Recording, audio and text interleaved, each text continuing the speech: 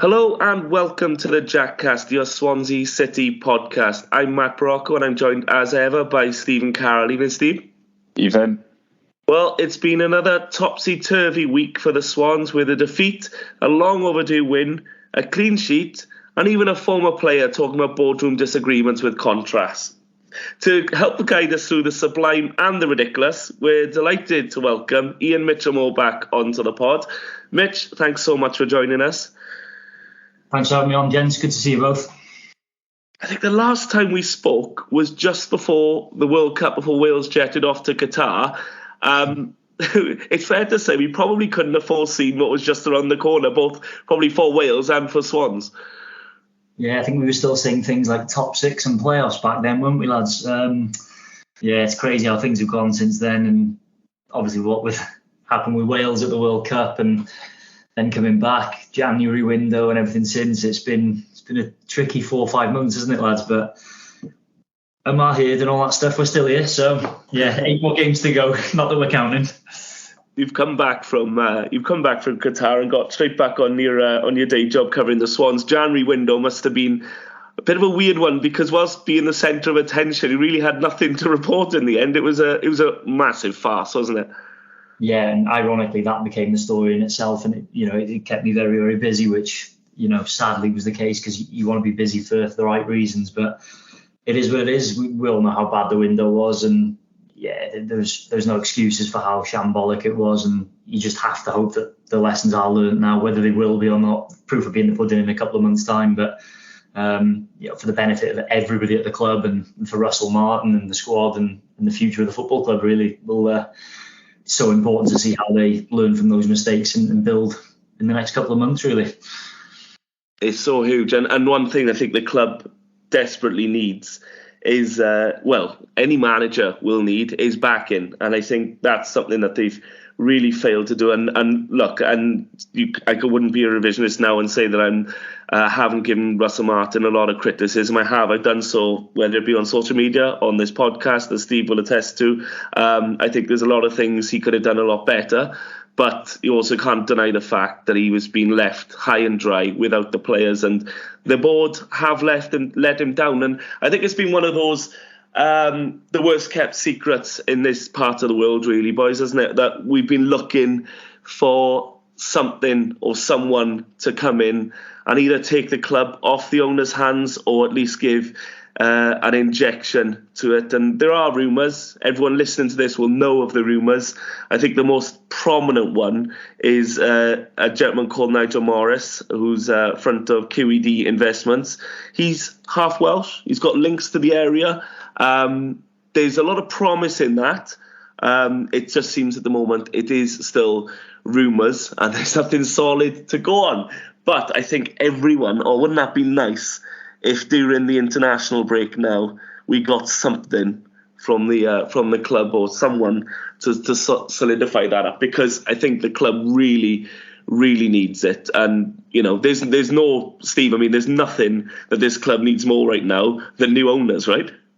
Yeah, absolutely. Same as you, I've criticised Russell Martin for various decisions that he's made, and rightly so in my opinion. But if the manager was to change under this regime, you're going to have the same issues, really, aren't we, in terms of managers not being backed or certain decisions being made that are not with the best interests of the football club. So we do need a change, ideally. But obviously we do have to be wary of anybody coming in as well, because you never know if they could be even worse. So I'm always be cautious about this, but hopefully at some point somebody is going to buy us, and it'll be somebody who has the club's best interests at heart and has a degree of ambition, because this lot of, the only praise I will give them is I don't think we'll go out of business under their watch, but I do think we'll continue to go backwards, which is quite uninspiring and what nobody wants. And I think everyone's just had a bit of a guts full of them now, and a lot of apathy has set in, really. So yeah, this club desperately needs a change of ownership, but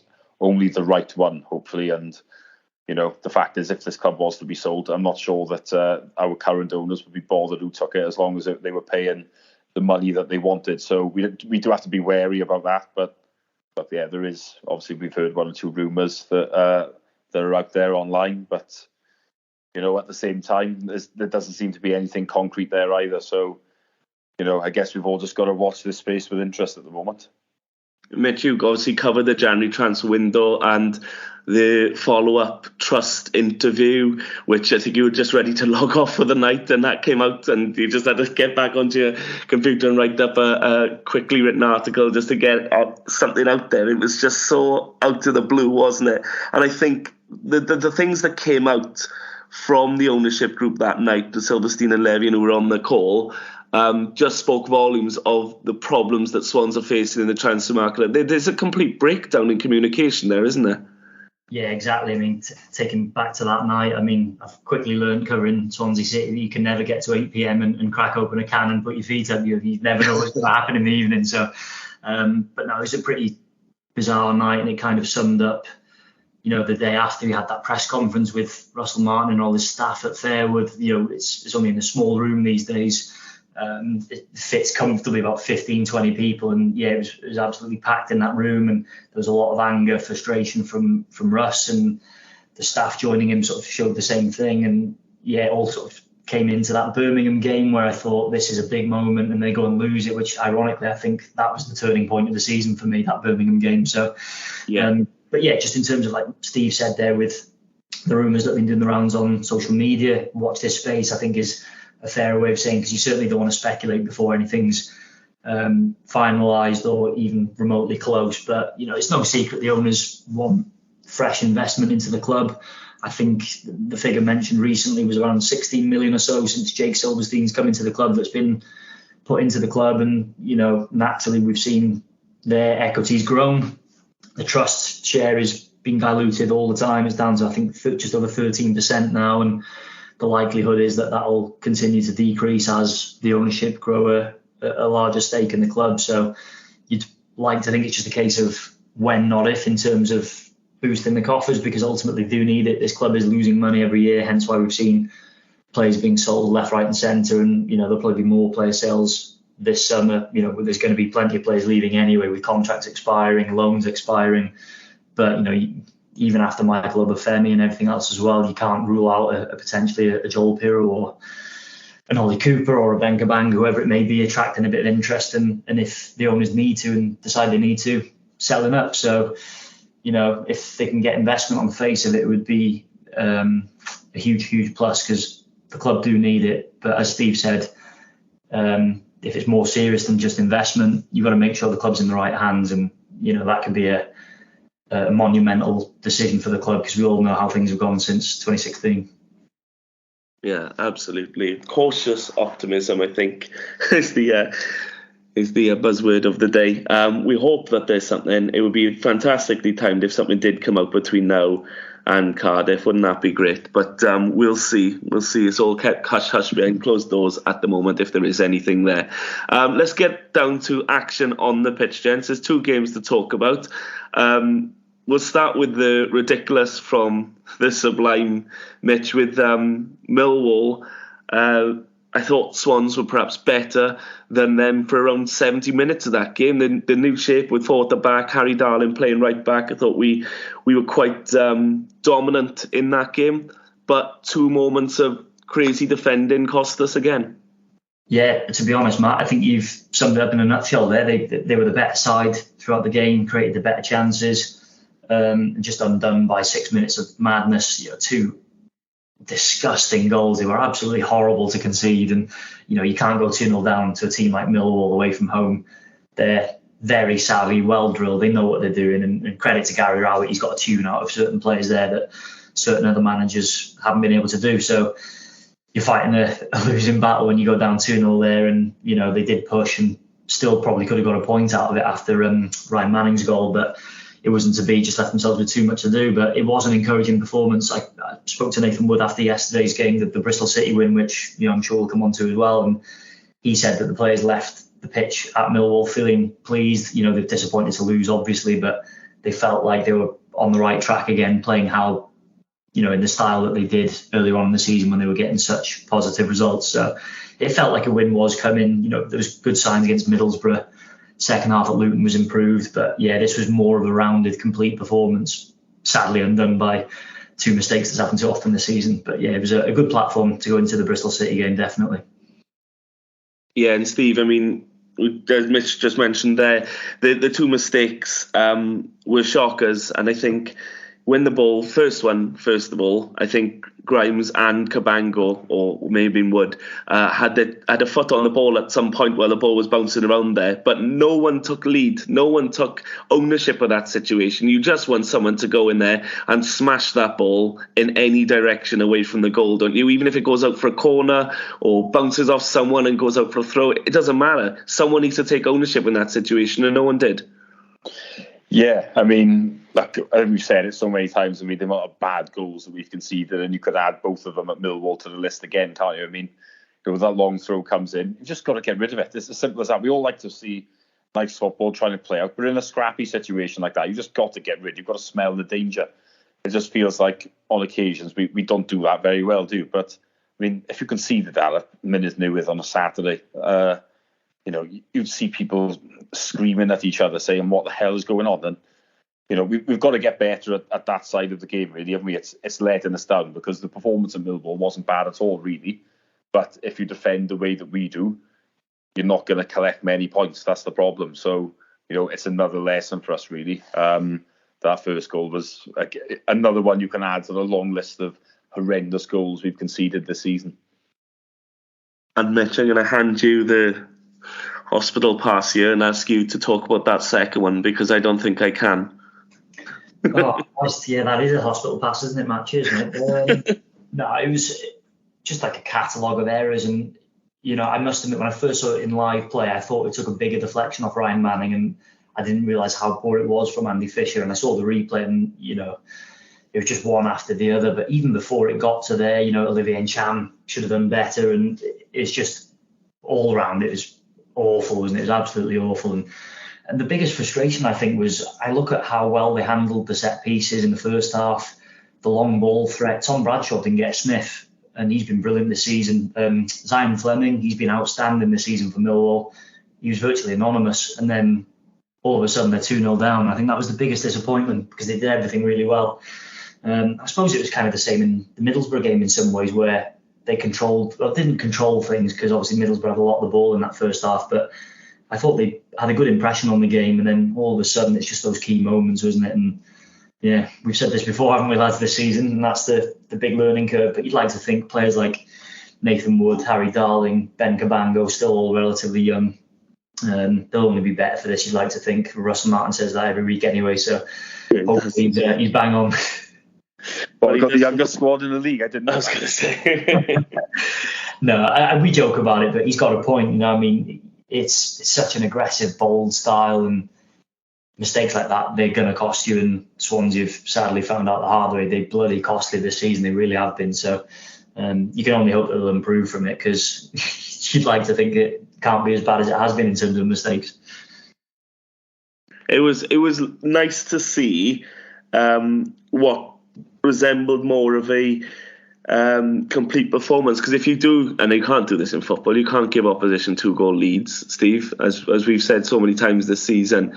But if you remove that 6 minutes from the game, as Mitch said, we handled Millwall really well. We dominated the game. We weren't as nervy at the back as we have been before. And I thought, well, actually, there's a lot to love about that game. We just had that horrible 6 minutes or so, and it did bode well for the future. Of course, you never know how you're going to bounce back from a game where you feel like you've done really well, but have obviously lost through your own errors. But this one felt a little bit more joined up, because I think the change in shape, Liam Walsh coming into the team, I think was massive. He's had so many injury problems since joining, but he always likes to play on the half turn, doesn't he? Gives us something different, attacking, and I thought we caused Millwall a lot of problems. I think I came away from that game, I know we spoke on the evening, Steve, and I thought, well, there's a lot there to love. Yeah, it was a significant improvement, really, wasn't it? Because we have been poor, I think, the last few weeks. I think Mitch mentioned that Birmingham game, and I think it's probably true that was a bit of a turning point, because it was a game we dominated and threw away, really, and heads dropped after that, and there were quite a few poor defeats. So even though we beat Blackpool, that was poor, but there has been a few more positive signs recently. It's just as I've said, the gifting of bad goals that has really reared its ugly head. But I mean, we had a lot of efforts on goal at Millwall and really should have had something. So, but that was quite a big positive, and they didn't really have many chances. I mean, they'll know that they got a little bit lucky, really. And obviously, we're talking about a side that's, in the playoffs and is quite tough to beat. I mean, you're never going to get a Gary Rowett side that is particularly free scoring or playing, great football, but they're always going to be one that struggle to concede goals because they're quite compact. So, but we went there and honestly, we did do well against a side that is flying high. So it was, in terms of that, it's something you can take positives from. But I mean, the big problem, as you say, the conceding of goals. And let's be honest, we've got a goalkeeper who maybe not so much now, but his confidence was on the floor and obviously making a lot of basic mistakes. And I actually think he was a little bit lucky to keep his place for the Bristol City game. But obviously the decision did prove to be the right one in the end. Well, he was very lucky, wasn't he? I mean, I think if you're a goalkeeper that's conceding every week, then that's a problem anyway. Then you could look at that as a bigger picture. The whole team needs to defend and stuff. But when the ones that are coming in and going in are coming straight down your throat and you're palming them in and you're not being able to get a hand to them, he's conceded 3 or 4 of those. Mitch, is a bit of debate, I guess. It depends which side you're looking at it from, whether you're looking at it as a fan thinking this just simply isn't good enough, or whether you're looking at it from Russell Martin's point of view, where he's saying, well, Fish is all we've got. You need to stop online criticism because he is on the floor. And I think a lot of us were saying, give Sondergaard a game because he looks a broken man. He looks terrified on the pitch. Yeah, it was a really tough spell. I mean, the Luton one was just terrible. It cost them the game as well, which doesn't help. And then Millwall, that second goal really probably killed off that one as well. As good as Swansea did react and pull the goal back. But I think the calls for a change were legitimate. But I think the only concern was I don't think the backup option was as viable as we saw at the start of the season when Fisher got dropped after the Stoke game and Stephen Bender came in against QPR, kept the clean sheet, and it kick-started what was a brilliant run for the Swans. So I think that one was slightly different to this one. Sondergaard is so inexperienced at senior level. He's still, he's much younger than Stephen Bender and Andy Fisher himself as well. He's only just come to the club. It was very much a case of that's an emergency. I know it's not an emergency loan, it was a signing, but that's what it was. He was brought in for that reason. So he's on a short-term deal. He'll be gone in the summer. Andy Fisher's still going to be there and Stephen Bender's going to be injured. So I understand them wanting to show faith in Andy Fisher and try to help him through that. But had they made a change, nobody would have complained. They'd have understood it. But thankfully, from Swansea's perspective and for Andy Fisher and for Russell Martin as well, the faith has paid off because, I don't want to say he played brilliantly against Bristol City because he didn't have a lot to do, but everything he did do, he did it brilliantly with the ball at his feet. I thought he was fantastic, as he was against Middlesbrough, in fairness. And yeah, you just got to hope now 2 weeks on the training ground and he can finish the season strongly and go from there, really. You always want to go into the international break, Steve, off the back of a positive performance. And if you're going to back that up with a win as well, then the training ground's obviously going to be a very different place to what it's been like the last few months down Fairwood. And the Swans did just that on Sunday with a win at home against Bristol City. I think we were all looking at these two games coming up and thinking you can't really predict it because Bristol City obviously means a little bit more than a lot of other games in this division with the proximity. And then when you've got Cardiff coming up, you think, well, the form again goes out the window. But building on Millwall was massive. It was really important that we didn't throw away that performance and we built on it. So for Russell Martin to name an unchanged team, the same shape as he did at Millwall as well, was a show of faith in those players. And it paid off. And it paid off with one of the more convincing wins this season. Yeah, it did. I mean, we don't have a lot of options at the moment because obviously we've got a couple of players, banned as well, haven't we? So it was a difficult one. But I did think the decision to go more towards the two up front was the right thing because if you look at towards the end of last year where we beat Watford convincingly and Cullen was in the team and then we played quite well against Burnley. I know we lost, but then similar Sunderland, we've won. We've had a draw at QPR. We're playing with two up front. And, since we changed that is when it went a little bit more pear-shaped. So I do think it was the right decision really to go back towards that. And as you say, we did end up winning quite convincingly. I must admit, I thought the opposition, Bristol City, were particularly poor. I mean, as Mitch has alluded to, I mean, Andy Fisher wasn't really tested, was he? So, I mean, from their point of view, it's quite surprising that they didn't look at some of the clips and think, right, well, let's put them under a bit of pressure. But they just didn't do it, did they? So, but we did dominate the game. And like I said, we've won quite comfortably, really. We scored a couple of nice goals. I mean, Cullen has taken his goal well. I still don't think he's necessarily a top player or anything, but he does have a great knack for finding the back of the net, which is vital, really. So, he's put us on our way, and Cham had one of his best games for us yesterday, and he's popped up with a goal. It would just be so good if the man could actually do it consistently, because there is no question in his ability, but his application isn't always there. And it's so annoying, because this is a player that could be one of the best in the division if he really wanted to be. So, when he sets the standard like that, you look at him thinking, right, we need that every week, because literally if he did, then he wouldn't be at Swansea. We'd be able to sell him and make a few quid, but also we'd be a better team for the time that he was here. So, yeah, there was a lot of positives, I think, to take from Bristol. And I think everyone's just had that lift now, haven't they? Because it's tough when you're losing every week. It doesn't matter what level you're playing at. If you're not getting results, it's just tough. And I think the fan base have found it tough since what happened in January. And obviously we haven't had a lot to shout about since then. So, yeah, it's the best day we've had for a good while. Certainly the best day at home this year by quite a margin, I would say. So, yeah, it's just nice to have that feeling now going into the international break. And I don't think anyone's dreading what's necessarily coming in the next fixture now, like they were before. So, yeah, just the lift that we all needed, I think.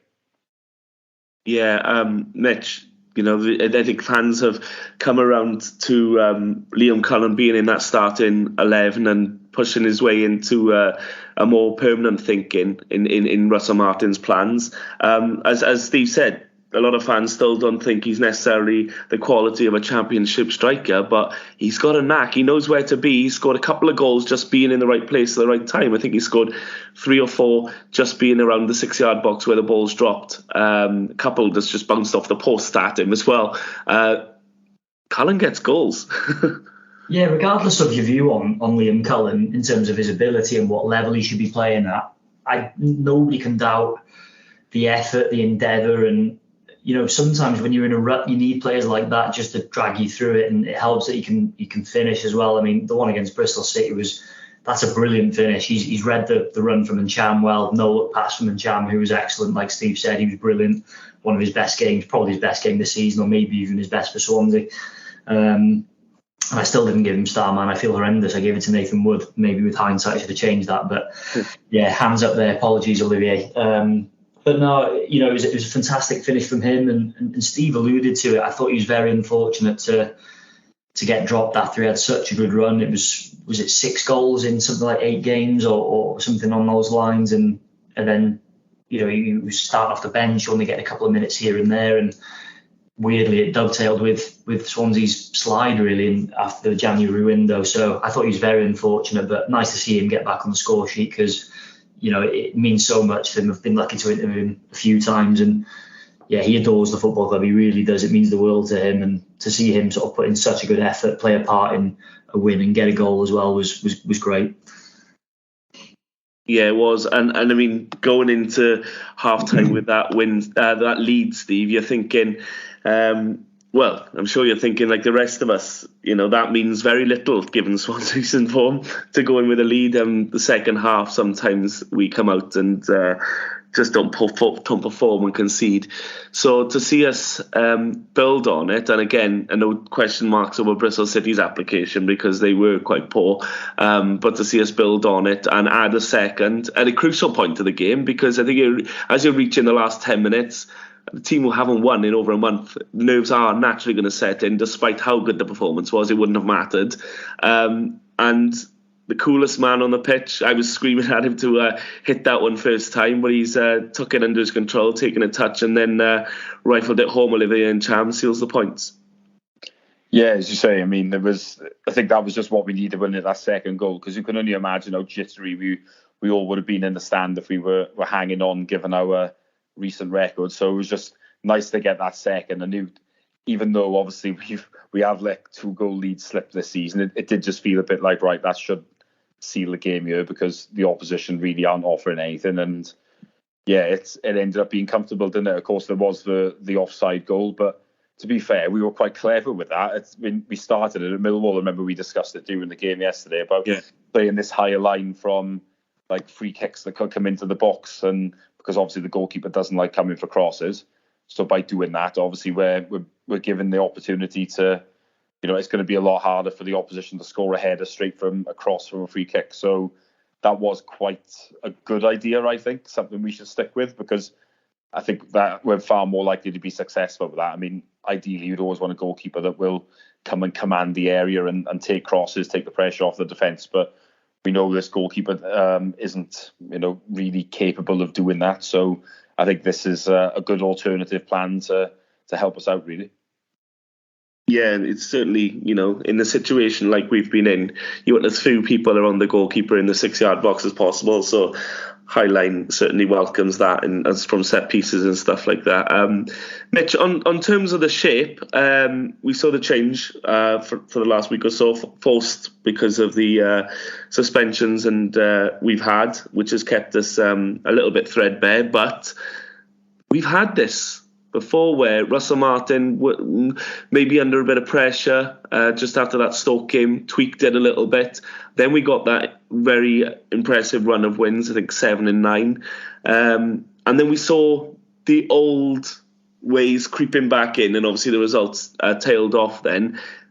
This feels like it could be different, and I don't want to count my chickens yet, but there's a lot of balance in this. I know whether Harry Darling's going to keep his place at right back, that's up for debate. I personally think he should. I mean, I don't think there should be any changes from the team that aren't enforced. But going up the field as well, it's so nice to see us with that threat going forward that puts the pressure on the opposition, rather than having 2 or 3 defensive players. When you talk about Grimes and Fulton and Allen in the same team, all have their individual qualities there, Mitch, but it's a different proposition when you've got 2 up front and you've got Cundall, Walsh and Cham in behind. The opposition have to worry about you a little bit more, and there's a lot of dynamism up there, isn't there? Yeah, exactly. And, you've answered the question I was going to ask you both there in terms of what you'd do for the Cardiff game, because, on the back of an impressive win, a clean sheet and a good performance at Millwall despite the result, I mean, should there be changes? And it was something I asked Russell Martin about after the Bristol City game yesterday, because with Joel Latibaudiere and Jay Fulton coming back from suspension, Joe Allen will be back as well, hopefully. So there's some good options in there now, and it'll be really interesting to see if he does make changes, because I think in an ideal world he'd like to have Jay Fulton or certainly Joe Allen and that in there as well, just because of the experience that they give you in what will be a hostile atmosphere, a derby away from home as well. But then who do you take out? I think Liam Walsh has been brilliant in the last 2 games. So nice to see him back from injury. Olivier Cham, we've discussed him already. Who do you drop? It's a tough one. Harry Darling, I felt for him when he got put at right back, but he performed really well in the 2 games that he's been there. And again, he's another, centre back by trade, but he deserves to keep his place with the way he's performed in the last 2 matches. So yeah, some big calls for Russell Martin to make. And I'll be honest, I think anybody who got dropped, as long as they were fully fit and stuff, if they were dropped and there was a change, I think they'd feel really hard done by. So really intrigued to see how he goes for that lineup in the Cardiff game. But Steve, I think it's interesting, as Mitch alluded to there, you've come off the back of a long overdue win with a performance to match as well. I think he opens himself up to a whole heap of criticism if he makes the change and it doesn't pay off. If he takes off a Cundall or a Walsh and then puts in Fulton and we don't get the performance, then the obvious question will be, why have you changed the team? Why have you changed the winning team? Do you think it's more likely that Russell Martin will play in the same way that he's played at home to Bristol City, away to Cardiff, or is he likely to be a little bit more defensive away to our biggest rivals? It's a good question. I genuinely don't know. I mean, he can be unpredictable at times. One thing we do have to bear in mind is that Cham is going on international duty to Africa. And obviously, depends on when he comes back, that could impact his thinking as well. I mean, I've just talked him up, obviously, thinking he's played really well and stuff like that. But if he doesn't come back until Thursday evening or something like that, then, is he going to start? I'm not certain, but I suppose there's the thing of, we haven't talked about Ollie Cooper yet, really, have we? And obviously he would be playing if he hadn't got injured, so I could see him coming in for Encham possibly in that situation. But I think he should stick with what we've got. We've done quite well. I think with Darling, quite nice to have a player that can, he's always been quite good going forward, isn't he? Quite often he'll have a dribble forward or anything like that. I'm sick of talking about Latterboard, yeah. I don't want him in the team. I don't want Sorinola in there either. I think someone like Walsh certainly deserves to keep his place. He's done well since he's come in. So I think, honestly, leave it as it is. I mean, we've got, like I say, Fulton and Allen. They can come on the bench. So we do then have a few more options. I really think he should leave it as it is. But I wouldn't be too shocked if one or two got dropped. I mean, I think if he does change anything, I think Cullen could be one of the ones that ends up on the bench, which would be harsh, but that wouldn't shock me too much. I mean, we'll have to wait and see. I suppose it depends how brave Martin decides to be on the day. We talk about the change in shape, Mitch, and what surprised me. Well, it didn't really surprise me, but it was still nice to see is that we topped the division for winning aerial duels on the weekend. Would you believe? Which is something which we probably haven't done all season. And I personally, and you may look at this very differently, attribute that to having two centre backs rather than the 3/5 at the back, depending on, I mean, I think it's more 3 at the back, isn't it? Because they play so high, the wing backs. But having the flat back 4, you get your man to mark. There's no crossing over lines. There's no areas of indecision between the back 2. And we saw it against Millwall as well. Dealing with that ball, barring the long throw which led to the opener, we dealt with the threat in both games, the aerial ball, very well. Yeah, you're right to highlight that, because it was something that it really crippled them last season at times, and they wanted to bring in a bit more height, physical presence and stature, and they've certainly got that in Harry Darling and Nathan Wood as well. So and it helps that they are football orientated, in terms of the style they want to play. Harry Darling, obviously coming from MK Dons, knew what it was all about, and the Russell Martin, so he was halfway there already. So that was obviously something they wanted to address. But yeah, it is quite a peculiar stat that you probably wouldn't think that, given the way they play and dominate the ball. But yeah, we touched upon it already. That first half, I think Ben Cabango was all over Tom Bradshaw. Bradshaw didn't get a sniff and beating him in the air. And I think they were good again yesterday when Bristol City were direct. So it is encouraging if they need to do that side of the game. They've shown long spells this season that they can do it. But yeah, like you said, that goal at Millwall was one of those moments where it's just a bit too sloppy and they need to sharpen that up. But hopefully you would like to think that'll just come with experience, really, particularly the back line, because it's ridiculously young. You're even further up the pitch, midfield's very experienced. Wing back, you've had Ryan Manning, or the other side's a little bit younger. But yeah, that back 3 or centre back pairing, whichever system he's played, it's always been incredibly young, average age of 21, 22, which for a championship player, centre back going up against seasoned strikers that are 27, 28, 29, it's not easy, is it? No, and if there's any style of play in world football, Steve, that needs confidence to play it, is this one, isn't it? And I think that's where we may hopefully see the benefit of getting that monkey off our back with the win. That was, let's be honest, there's been a lot of unrest around the club. And we've said it on this podcast. We've spoken about it in person as well. It just, something needed to change drastically, because we were watching the same opera play out every week, and it was just a case of, well, we see here the change in shape, the extra man in the final third there has given us that extra bit of edge, and we've seen in 2 positive performances there. That changes the outlook for Cardiff altogether for me. Going into the international break off the back of a win, a good performance, Steve, it's a different atmosphere at the club now.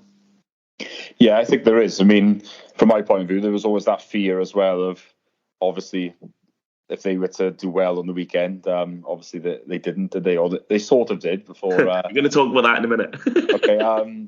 Yeah, well, there was the fear that they could go above us, obviously, which is now been taken away, isn't it? So that's like a bit of a relief. And you don't want to be going into a derby on horrendous run of form and not playing well, do you? I know the form can go off and go out the window, but we've all been going up there thinking, oh God, this is the day where they gain some sort of revenge for, the Indian summer that we've had over them for the last few years. But I think now, I'm not necessarily saying it's going to go our way, but at the same time, I think everyone does now just feel a little bit more optimistic about our chances in that game. So I think that's the most important thing, really, isn't it? There would be nothing worse than what is a very long day going on the bus up to Cardiff, thinking that it's going to go badly. So I think now everyone will have a bit more optimism and hopefully be looking forward to it. And, a doob is potentially up for grabs.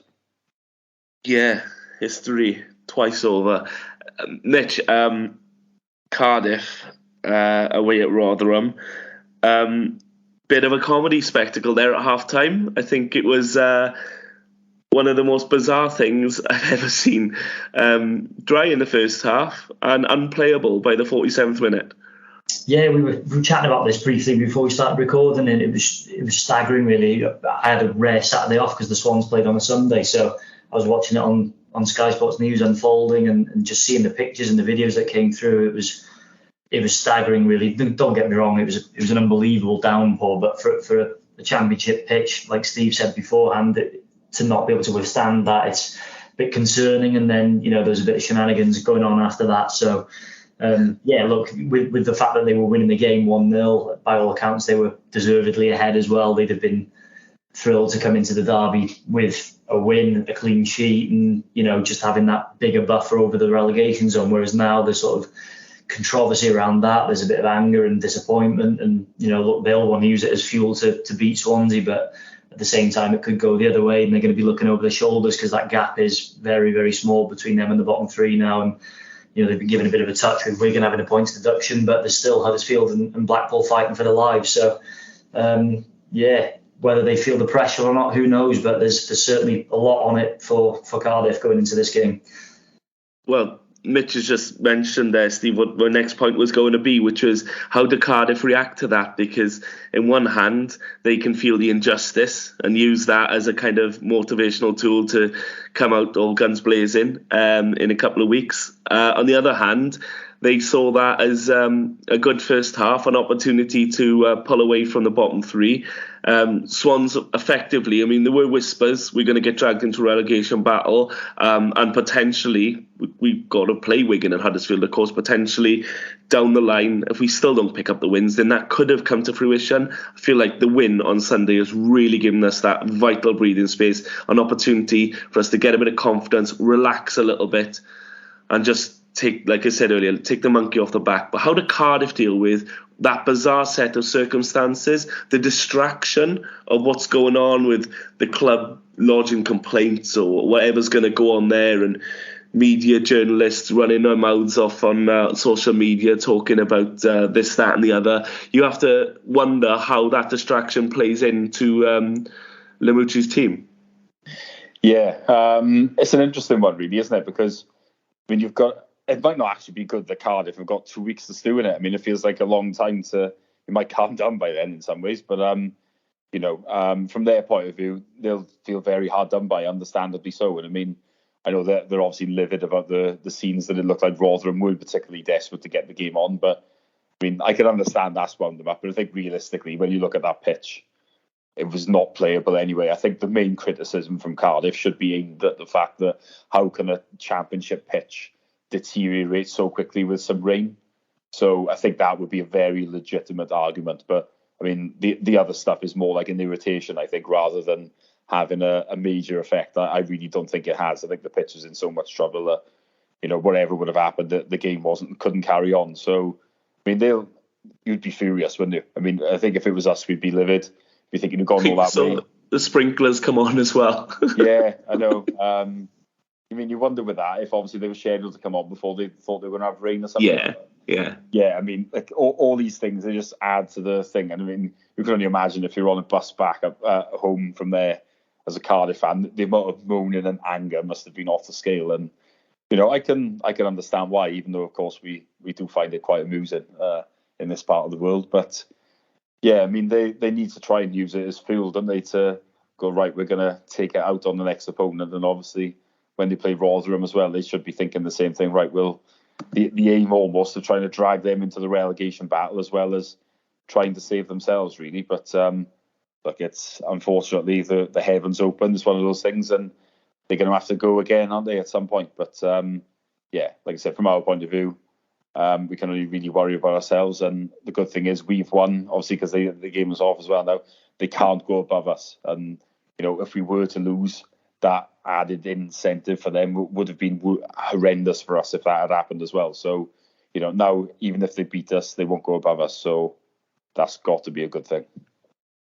Yeah, Mitch, it felt different. Well, yesterday as it was, but Sunday, for people listening, the manner of the win was almost as important as getting the win, wasn't it? I mean, we talked a few weeks ago on this podcast about the Blackpool home game, and I've never seen a win so roundly disgusted with the home fans as that one. When people were gesticulating at the players on the pitch when we were actually winning a game.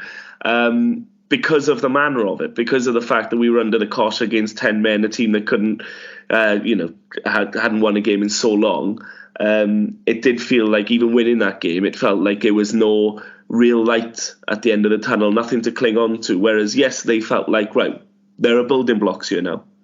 Yeah, that Blackpool game really sort of summed up how just angry and fed up everybody had got, certainly the fans anyway. It's just a shame because first half I thought they were excellent in that game. They're really, really good and should have been a bit further clear. And yeah, we all know how the second half unfolded. It was very nervy and, the jitters and the jeers started coming and ultimately they held on and got the win. But, if you're in 5th or 6th place and you win like that, the fans are buzzing because it keeps you in the mix and you need to win ugly sometimes. And it's one of the things that this team maybe needs to develop under Russell Martin. But, to win against Bristol City was crucial. That's all that mattered for me. But to do it in the way that they did is a massive, massive bonus because, you've used the word multiple times on the pod already, confidence. This team is so much better when they play with confidence. And credit to the fans. I've written various things about the atmosphere from the Rotherham game, the Stoke games, and Russell Martin's been asked about it and he's answered questions on it. But the atmosphere against Bristol City was fantastic, and it probably helped that there was a good away following. It's seven-side derby, if you want to call it that. I don't know how many people still call it that or not, but that's all you went Cardiff player. But yeah, there was certainly, it just felt like a bit more like the old Swans, that we saw earlier on in the season. So it played a big part. To win with confidence must have been a big relief for the players, and it just settles everybody down more than anything, doesn't it, lads? It definitely does. As you said, Steve, it does leave Cardiff in a precarious position. Just 3 points outside the playoffs. They'll obviously know the outcome of the EFL's decision following the postponement of the Rotherham game, and they'll probably end up having to play a midweek game in the middle of a packed schedule in late April or something like that now. So it's going to be another fixture from them to contest. But Samuel Mucci there, he's brought a sense of, should we say, a little bit more stability at that club at the moment. He's got a little bit of a tune out to them, certainly more than they had previously. And maybe now they're looking like they're running like a team that could potentially stay up. They are still very, very much in the relegation mix. Yeah, I mean, it does look like a reasonable appointment, at least, doesn't it? I mean, the last couple have been quite inexperienced managers, but also have probably not had, Steve Morrison didn't get a great deal of an opportunity considering how many players he brought in. And then obviously it looked like someone a bit more experienced would replace him. And then Mark Hudson was caretaker and then obviously ended up getting the job full time. I mean, it's just the usual Cardiff shambles, really, isn't it? So, but I think they have made what looks like a good appointment this time. So obviously they're struggling, but they'll just be focusing on if they can stay up, then maybe next season it'll get better. But I think the big problem for Cardiff has been scoring goals, and I think it's under 30 goals. They were the lowest scorers in the league. I don't know if they are. So 28 goals. It's horrendous. Yeah, exactly. So I mean, you're going to have a great defence to get anywhere near out of it, aren't you? When you can't hit a barn door, really. So that obviously has been a big problem for Cardiff, and it's one they're going to need to address. But they have picked up, haven't they? They had those couple of wins back to back. I think away to Birmingham and home to Reading a few weeks back, and obviously I think they drew with West Brom in the week. They had that. Obviously they may well have won at Rotherham. They were certainly in the position to do so. before the inevitable did happen, as we've just talked about. So they have picked up. I mean, a few weeks back, they looked like they could be doomed to me, but they may well get away with it now because the teams at the bottom have struggled for results recently, haven't they? But it is going to be a big week for Cardiff when they play us, because just after that, they then have Blackpool away, I think. So, yeah, if they were to get 2 wins, they'd be pretty much safe, I would have thought, after that. But hopefully it'll be 2 defeats, because I can't bear the idea of Blackpool going down. Mitch, I mean, Cardiff probably, when they released their tickets on sale, they were probably smelling blood, the Cardiff fans, seeing Swans nosediving the way they were, and Cardiff picking up the odd result here and there and looking like they could finally get one over on us. They've almost sold out. It'll be the biggest crowd that Cardiff have had at home for many a year, I'm sure. I think even the Vincent Tan Ego stand might be opening up for this one because of the ticket demands at the CCS. This obviously Swans will sell out, as we always do. It promises to be a cracking atmosphere. Yeah, I mean, Swans getting the win that they needed, and this fixture needs no building up, but going into it with the back of a good win against Bristol City, that'll do them the world of good. And like you said before that game, I think a lot of fans might have been dreading going there with the way things had gone, but no, I think that's going to completely change now, and 2 weeks of international break will just sort of whet the appetite even more. And then, like you say, on the flip side, like Steve's already mentioned, Cardiff have picked up under Sabri Lamucci, a good result at home to West Brom last time out. Beaten Reading, beat Birmingham away as well. So, they've certainly improved. They've steadied the ship. And, it promises to be a good atmosphere. There's a lot riding on it for Cardiff. Obviously, for Swans, really, it's, in terms of league position, it means nothing, really. But, there's a do at stake. So, who knows? If another 4-0 wouldn't go amiss. But, I think, you mentioned Cardiff's goal-scoring record. It's atrocious, even with Sori Carver coming in. He's chipped in with a few goals. Connor Wickham, obviously, we all know how much he's struggled with injuries and whatnot. And Mark Harris, he's not even getting a look in at the moment. So, they're still trying to find their feet in terms of the forward options. And it shows the importance of defending well. Again, the Swansea cut out those mistakes. And if they can control possession and guide the game how they have done in the last 3 under Russell Martin against Cardiff, then they've got every chance of making it 4 in a row, and the current coaching staff. Same team, Steve? Yeah, as I've said, we've got to stick with it, haven't we? We've been trying to find the formula, and obviously we played the same team for the last 2 games. The performance has been a lot better. So, I don't see how you can change it unless there's a situation with an injury or anything like that. Or, like I said, with Ncham, if he comes back late, maybe from international duty or anything like that. So, as far as I'm concerned, those 11 should be playing. Certainly looking now like it's a lot of clamour for tickets from this part of the world following that win at home to Bristol City. But it will be after an international break. It'll be eagerly awaiting that one. But in the meantime, we turn our attention to Wales. Mitch, you're going away to Croatia. And Steve, you are as well, to watch Wales kick off their Euro qualifiers. And Mitch, the start of a new era for Wales. Yeah, Steve gets the lovely pleasure of having me on the same flight as him on Friday morning, so that'll be a good laugh. But no, I'm looking forward to it. Spoke to Aaron Ramsey this morning at the Vale on Monday morning as we're recording it, and he was in good spirits. Obviously, getting the captaincy.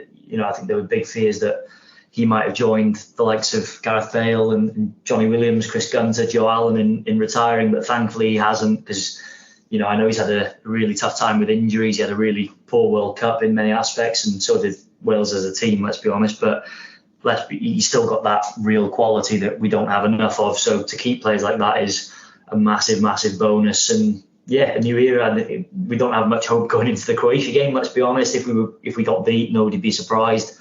As long as we can try and be competitive and hopefully not take a hammering. And then it's all on that Latvia game for me. If you can get a win there, 3 points from 6 in this block of fixtures would probably be about right, really. So, a lot to look forward to, and a group that, realistically we can fight for second. despite the fact that we've lost such key players in particularly Bale and Allen, but with players like Brennan Johnson, the form he's in the Premier League, Ollie Cooper coming in, we know all about him and what he can bring if he gets given a chance. You just want to see a little bit more from Dan James, Harry Wilson, these sort of players who aren't playing much at club level. So if they can turn up for Wales and sort of turn it back on again, then we've got every chance of taking second spot ahead of probably Turkey, really. Yeah, there's a lot of I guess it was a lot of sadness, Steve, when Bale and Allen announced their retirements. I think from that perspective, there was always the door open, you'd think, for Ramsey, because more than them two even, his injury problems more recently have almost made him unplayable out in France, and you've kind of seen him come in and promise that maybe he'll look like he'll get 4 or 5 games in a row and then gets injured again, and you're thinking, he might well hang up his boots here. I was actually surprised that he was given the captaincy, but you think it was a no-brainer? Yeah, well, he's the vice captain, so if he was going to carry on, then I'm not surprised in the slightest that he had the captaincy. Obviously, he had it many years ago where, for me, he was too young, and I think that was probably the view of a lot of people. It was a bit of a surprise at that point, but it does seem the more sensible choice now, I think. I mean, he is still a huge player for us, and yeah, I thought if he was going to carry on, then there was no way that he would carry on and that he wouldn't have been offered the captaincy. So he has been. I can't really argue with it. I think Ben Davies as vice captain is also the right move. I'm just pleased he didn't retire, because I mean, Bale is a huge loss. Let's not dress it up, even though he's become more of a moments man. I mean, but there will never. I could live another 100 years. I'll never see anyone like Gareth Bale for Wales again, I don't think. But obviously, Joe Allen retiring is a loss. I mean, unfortunately, it really feels like injuries are starting to hamper him a lot now. So I understand why he's made that decision as well, as much as it's a shame. Obviously, I think Gunter and Williams, not so much. I mean, I think they were always squad people now. They weren't going to play a great deal. So I think that makes more sense. But I think Ramsey is still a big player for Wales, and I think it is understandable. He's got the captaincy. There's no complaints from me. So I'm just glad he's still there, because I look at that midfield area now, and I think if he had retired, it would really be looking quite weak. So it's important that he's still there for now. I think, I don't think he'll go beyond this current campaign, but I certainly think he can still be effective for us and hopefully help us to qualify for our 3rd Euros in a row, it would be. I wonder if that may have been part of a conversation that was had behind closed doors following Allen and Bale's retirements, that the captaincy was waiting and ready for him. I don't know. I'm not in those conversations, but it's very interesting. The man I was actually thinking might get offered it, particularly for the medium-term future for Wales. He's got the vice captaincy, Mitch, Ben Davies. He's out injured. That's a massive blow when you're talking about bringing in new blood and youngsters and trying to kickstart a new era. He's the sort of leader on a pitch that really can make all the difference. Yeah, you look at the squad that we've got now, and if everyone's fully fit, he probably is the first name on the team sheet. Maybe, Aaron Ramsey or Joe Rodens, these sort of players, Nico Williams, they're always going to be in the mix. But Ben Davies, with his experience, he's played at the top level with Spurs for such a long time, and even before that with Swansea, playing in the Premier League as well. So, and is he still under 30 or is he 30 now? I'm not sure. So he's still got plenty of life in his legs yet. So I was a little bit surprised, as much as Steve says that Aaron Ramsey was a no-brainer. I totally understand that, because he's such a quality player. But I was torn between Aaron and Ben Davies for the captaincy, and it's no surprise to see that Aaron got it and Ben got the vice captaincy. So yeah, huge loss. Him going out. Morgan Fox from Stoke comes in, and yeah, it'd be interesting to see what he goes with. Does he drop Ethan Ampadu deeper, which might be a risk given the lack of midfield options we've got? You can always play Tom Lockyer there, probably with Chris Mepham and Joe Rodon perhaps. So yeah, it's not just the Swans. We're intrigued to see how they line up. It'd be interesting to see what Rob Page does, certainly in the first game, and definitely in the Latvia game, where he probably wants to be a little bit more attack-minded against a weaker team at home as well.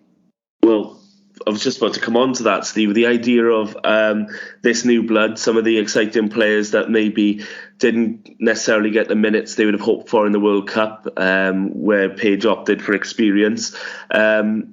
But you do have the likes of Ollie Cooper coming into this squad now, and if he's going to get minutes and he's going to get game time, you'd think maybe Latvia at home, where he's looking to maybe push and press, and we need to win those sorts of games if we're going to qualify, maybe a more attacking lineup. Yeah, you would have thought so. I mean, I'm half expecting us to go with the wing backs in Croatia and then probably more with Johnson up front, but I could maybe see in the other game it could be 4 at the back and then maybe a 4-2-3-1 type thing. It could be James might then come into the team, and you never know, Cooper could even play as a number 10. I don't think he'll start, but you do have those options then. So it will be interesting to see how Page decides to go with it. As you say, I think he made a lot of mistakes in the World Cup. It's interesting to see, obviously, the backroom team has now changed a bit. So I just hope now we come up with an actual game plan rather than maybe trying to rely on Bale to, a couple of moments of magic like what happened in the Austria game, for example, where he did score 2 outrageous goals. But I think now we need to have more of a tactical plan and a setup and a philosophy. I think that's what is going to be successful for us if we're going to do well now. So I'm just hoping he's been working on that. He's had a lot of time to think about it since the World Cup. So, and I still think, as much as we're going to be hurt by the loss of some players, I mean, like Brennan Johnson has had a great season, for example. So now there genuinely is this opportunity for him to stake a claim to be an automatic pick. And for me, it would be ridiculous if he didn't play now. So there's those options as well now, isn't there? But I think that the key areas now, as we've discussed, Ben Davies being out, that is tricky.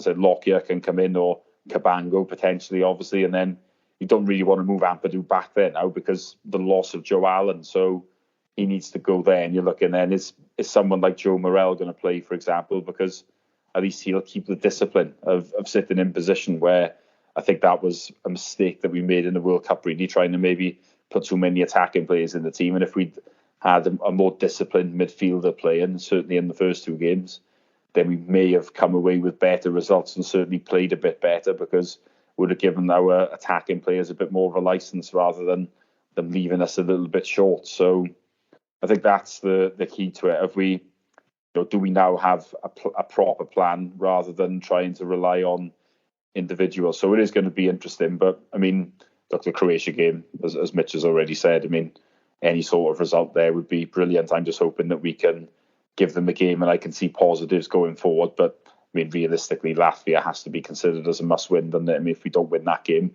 you're already up against it. So, the priority is that second game. But I think it's a good thing just to get Croatia out of the way early on, really, away from home, because it is the toughest game in the group. And, once that's gone, we can, focus on the ones that will be very important in terms of if we're going to qualify or not.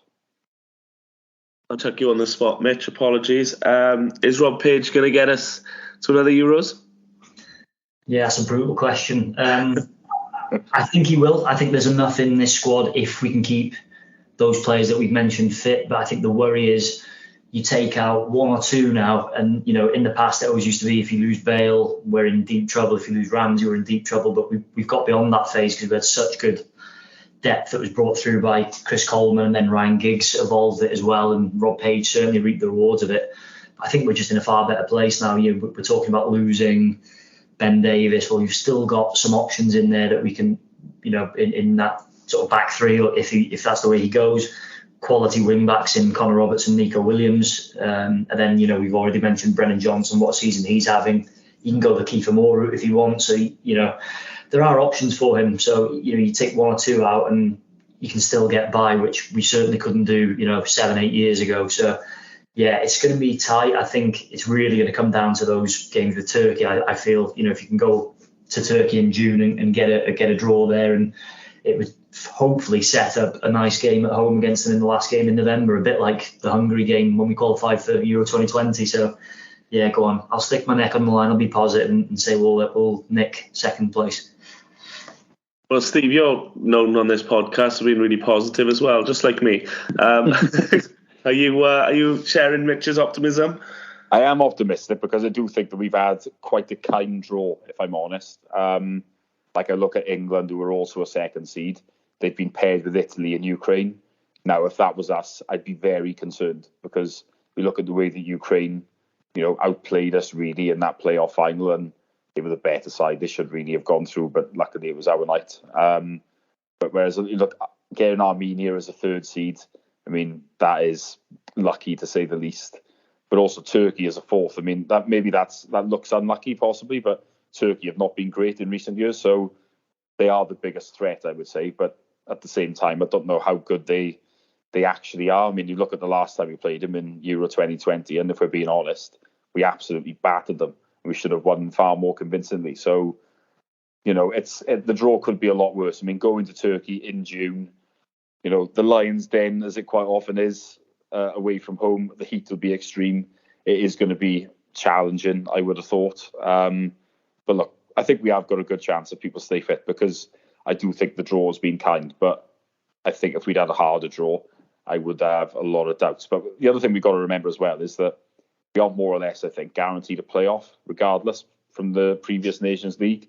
So, you know, if we do, you know, fail to qualify in the group, there might be the backdoor entry. So, you know, we could be off the hook. And this is the thing with it being 24 teams, really, isn't it? I mean, you do have a very good chance of qualifying. So, you know, I think if this was a 16-team Euros, I probably would say we wouldn't qualify. But because it's 24, I'm a bit more optimistic. And if I was pushed into an answer, I'd say that we will qualify. There we go. Well, I'll go with your two educated judgment on that one, and we'll look forward to ultimately a successful campaign, hopefully for Wales, starting this weekend.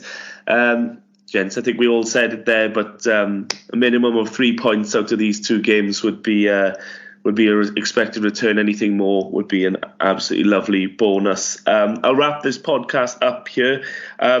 Mitch, thanks as ever for joining us. Hopefully next time you come on, there's been more boardroom shenanigans to talk about, because with the rumour mill going as it is at the moment, that could be good news for once. Oh, God, yeah. Can you leave that till the summer, please? I need a breather before then.